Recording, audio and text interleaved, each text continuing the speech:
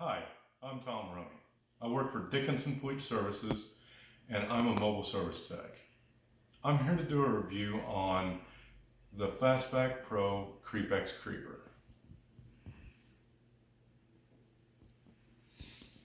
The reason why I wanted to do a review on this specific creeper is because out of all the research that I had done and the reviews that I had seen, this creeper hadn't ever actually been done out in the field on sand, dirt, grass, pea gravel, the stuff that a normal service tech would end up seeing when he's out in the field working on units. Today I'm doing an unboxing of the unit, and future videos will contain different scenarios of me actually out in the field using this creeper, putting it under the conditions that I would normally see. So let's get started and start putting this unit together and see what everyone thinks. We're going to go ahead and start out with the frame. The frame itself is actually really sturdy plastic with an additional beam on the bottom where most of your torso weight would be. With that being said, we're going to go ahead and put on the axles. Now, if you notice, you've got two locations for the axle beams to go in, which that is what this piece here is. The top one here is for the low profile. That's the lowest that you can get your body's center of gravity down to. Now, I'm always going to be out in the field, and they have an off-road location. So it brings the creeper up just a little bit higher, but it allows you to be able to roll around in the sand and not get caught up. Or at least that's the theory. So I'm going to go ahead and install the off-road location because that's what I'm going to be using the most. So let me put these in, and then we'll go into the wheels themselves.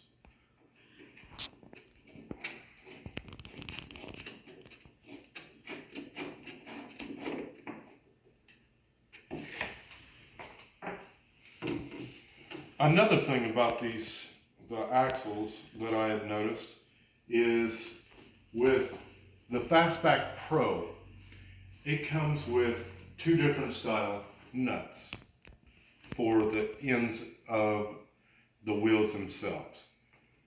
This specific one is for the magnet tray that you would end up installing on the outside of the wheel itself, and it stays put.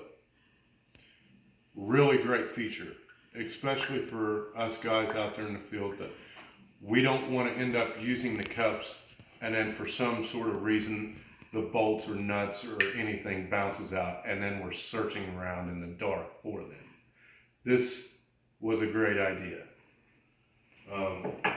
If for some reason you don't end up using those, or you buy just a fastback itself, it'll come with generic nuts to install the wheels on with, just for your information. So let's go ahead and get the other side installed. Again, I am putting them in the off-road position, just for the simple fact that I will be using it out in the elements. Now, if I was in a shop, I would probably put it down on the regular shop floor location. And that's perfectly fine for most people that are in that. But if you're not, the off-road's the way to go. So let's go ahead and get started with the wheels. Now the wheels have 2 bearings, one on each side. And this is a sealed unit with completely rubberized wheels on the outside. If you notice the tread pattern on the outside, with it being in the off-road mode, it's going to catch this bigger tread on the outside whenever you're in and up using it. Another great feature. On the inside, it's got some tighter tread. And then you've also got the single solid. I'm assuming that the solid part is whenever it's inside the shop, it rides on that more so that it's a nice smoother ride. So I'm going to go ahead and install the wheels and put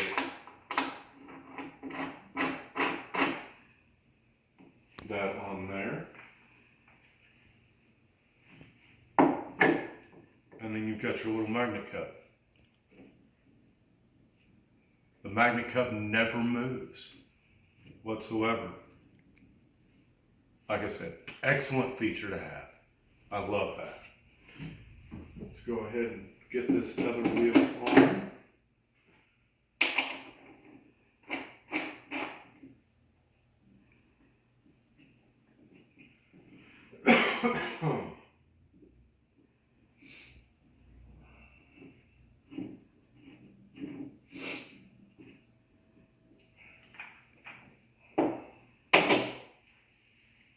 Okay.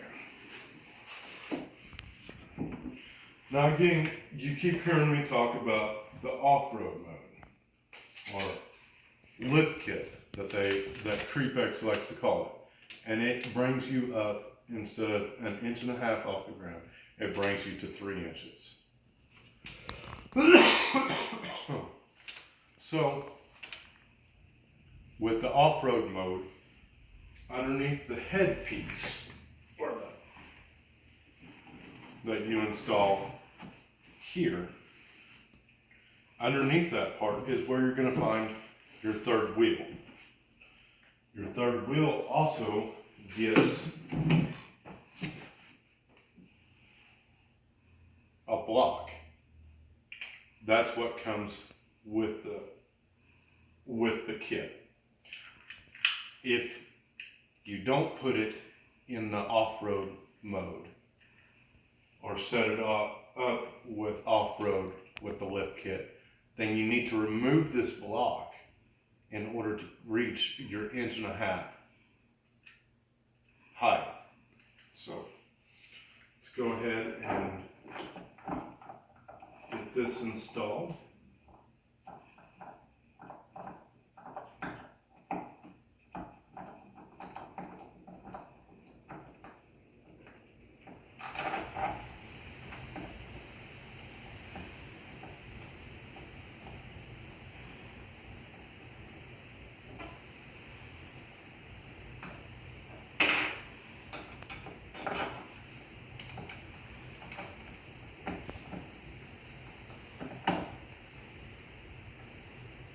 And as you can tell, I'm just putting everything in at finger tight. So every mechanic should know that you never tighten everything down till all your screws are in, just so that you get a good alignment. Make sure that you do that with this.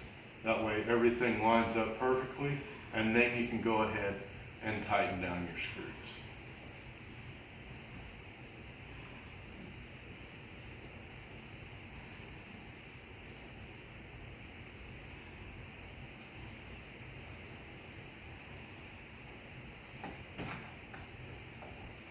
The off-road kit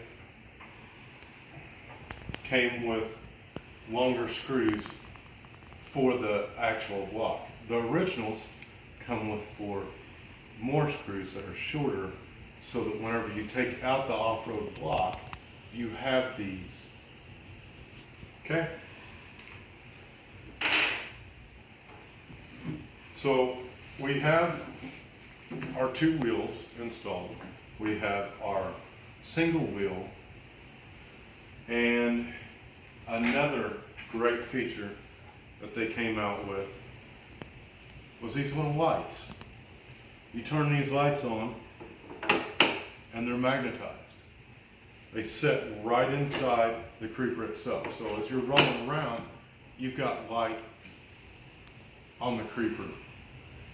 Another good thing about these is you can always pull these out and stick them to the frame, or to the transmission, or to the engine.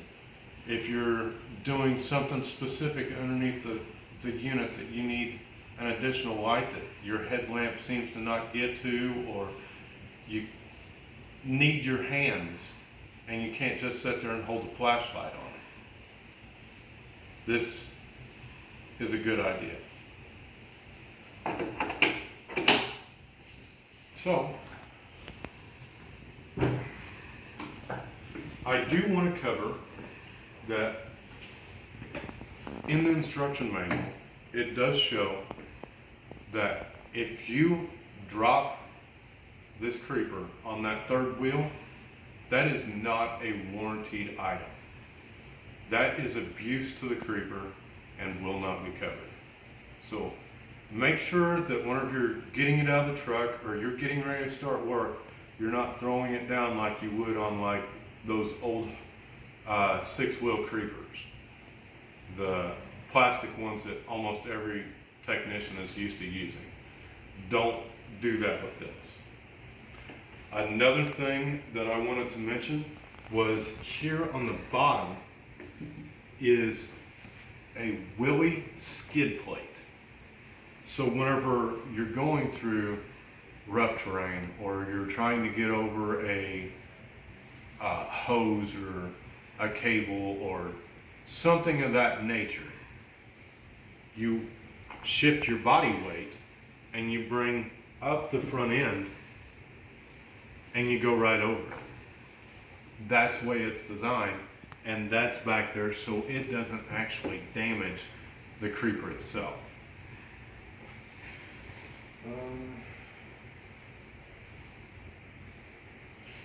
I did want to talk about the mount.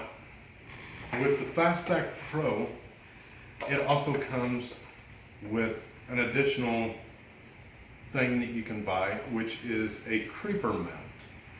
You can mount this to the wall, you can mount it to your toolbox, or in my case, I'm going to be mounting it on the back door of my service truck, on the inside of course.